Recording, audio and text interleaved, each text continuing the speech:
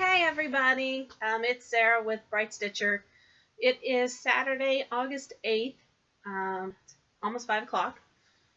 Got a little bit of alone time in the house. My husband just took our oldest to kids' night out at the Y for the evening, and took the younger one with him to just get her out for a little bit.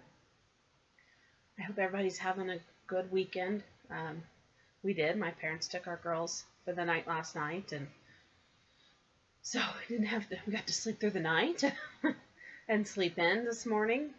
So it's, good so far, I guess. School starts next Thursday, which means I have a kindergartner, which is scary, frightening, all for me. She's excited. She's ready to go. She's ready to ride the bus.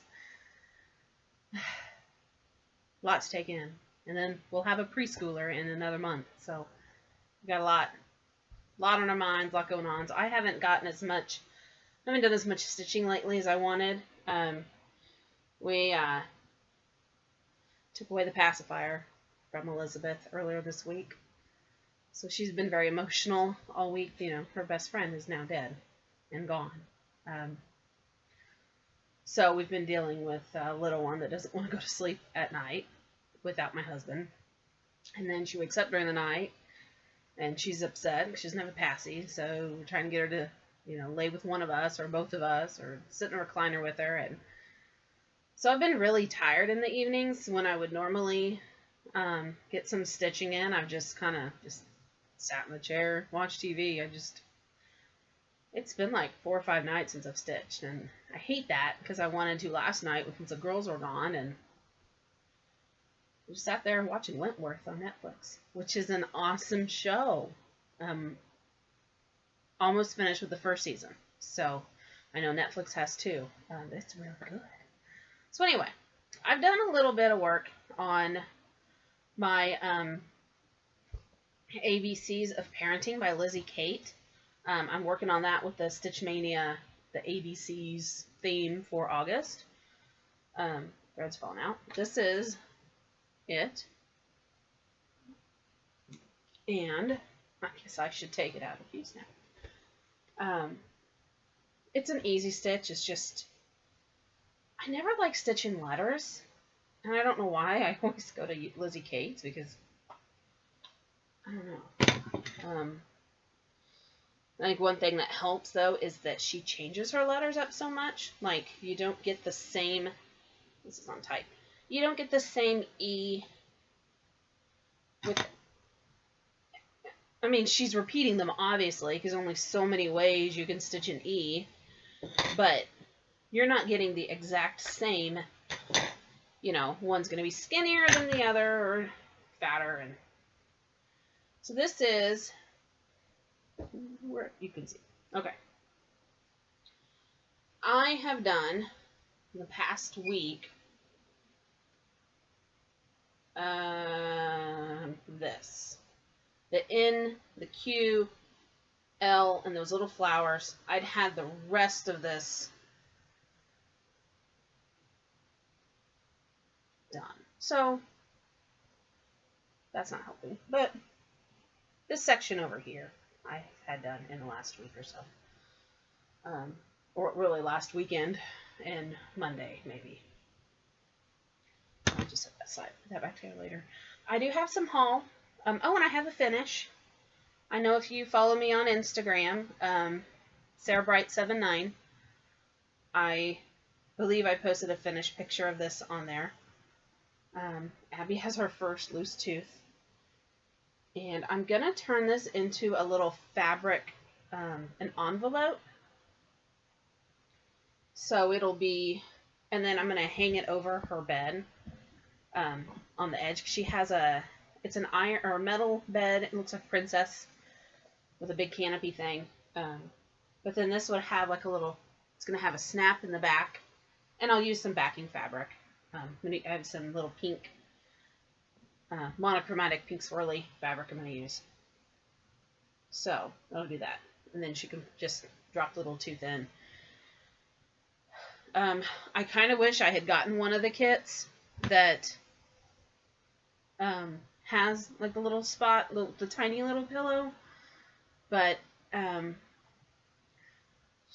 I asked her how she wants the Tooth Fairy to bring her money. If I told her I need to send the Tooth Fairy a text message or an email once she loses her tooth. So does she want coins or bills? She doesn't really, she's starting to grasp the concept of money, but she's not familiar with the difference yet between bills and coins. She said she wants chocolate coins. So I have notified the Tooth Fairy, and the Tooth Fairy has a nice little stash of £0.50. She said that since Abby's 5, she should get 5 chocolate coins. And then she said there'd probably be another little surprise in there. I hear little My Little Pony bag things are pretty popular, especially with my child. So that's got to get that finished up. But she doesn't want to lose her tooth. She is very adamant. She wants to keep it in her mouth. She doesn't want to wiggle it, and the dentist the other day said she needs to wiggle it. So I think once we get that first one out, I hope she won't be so afraid of the others. Okay. And then I have haul. Well, I really don't have a lot to talk about. I got my first fabric of the month from Leslie at Under the Seas. This is Nymph. It's on linen, opal linen, 32 count. It's a 13 by 17 inch piece. It's gorgeous. It's just, oh, I hope the colors are showing up. It is so bright and bold and just, if it show it better now.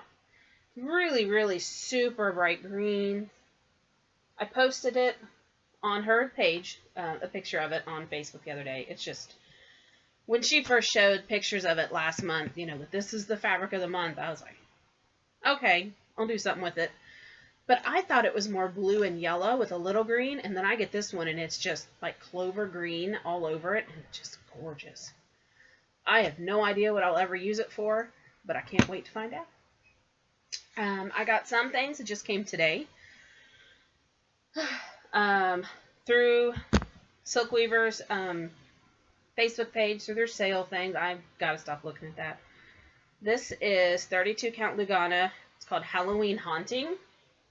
I think it was like an 18 by 26 inch piece, but I thought that is super, super cool, and I was afraid if I passed it up, I'd regret it someday. So, someday, we'll find something pretty to put on there. You know, it'd be cool. Ooh, you know what would be cool on this one? One of those Wizard of Oz charts, like the one that Coffee Stitcher recently did. I think he did it on like 40 counts, but maybe I could do it over 1. What do you think, Garrett? That'd be too bright. That would be fun. I've heard a really cool podcast, by the way, today. I just found them recently. They're called History Chicks, Chicks. And it's 2 women, and they're talking about different women, well, not women, but individuals in history. Yeah, mainly women. They do. Okay. But I listened to one of their podcasts today. It was only like 25 minutes long. The Women of Oz. And they talk about the backstories. Like, it was like a quick 10 minutes of Judy Garland, of her life, basically, a quick bio. And then the 2 that played the Good Witch and the Bad Witch. And one thing I found was really interesting. Judy Garland was like 4'11". Glinda the Good Witch was like 5 feet tall, or 5'3". One was 5, and one was 5'3". I mean, they were all tiny, tiny, short little things. And Glinda the Good Witch was 54 when she did the movie. That's crazy. She looks so young. So, anyway, if you haven't checked out the History Chicks on podcast, they're also on Facebook with links to their podcast. They're hilarious. If you're a history person, I've got a major in history, or a degree, I should say now, in history, and they talk more about the social aspects of history, which is what my emphasis was in, was more social history than wars or the years. You know, like factual facts. I liked, how did they live? How did the Victorians live? What did the Elizabethans? How did the poor, the poor class live, and then the middle class? And just anyway, I would be considered a social historian with other historians. So, anyway. This piece is also Silk Weaver. It's called Deep Blue Sea.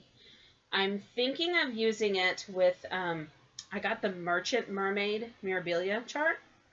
Just thinking I could use it with it. And it was longer. I think it's 18 by 36. I don't know. Now that I got it, it almost looks more denim blue with a little light blue. So I'm not sure if it's what I want to use or not. And I don't have the beads for that one yet, or the threads.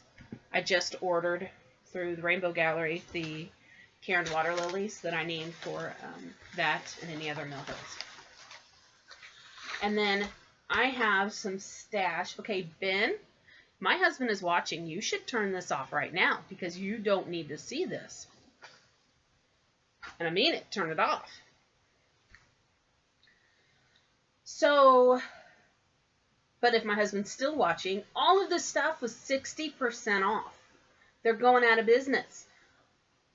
So you don't have to worry about it. And I'm not going to say prices anyway. So just, it was $5. I spent $5. Really, $5. Now you can stop watching, my dear sweet husband.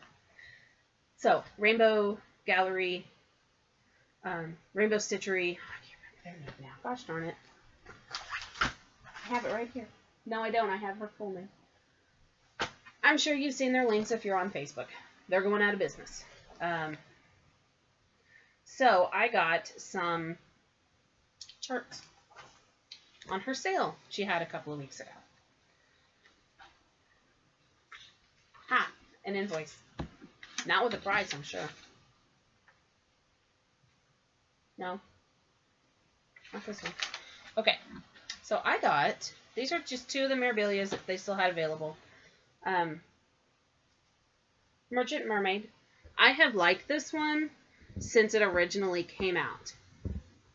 Years ago. Like 2007, 2008. Doesn't say on here. So I have ordered the water lilies for it. But I don't know. I guess I'll have to do a floss toss when I get it. That may not. It may be okay. I don't know. But I've always liked it, but at first I didn't care for the fact that it's advertising Mill Hill. Like, I don't know if I really want an advertisement stitched. Sorry, it's really dark all of a sudden.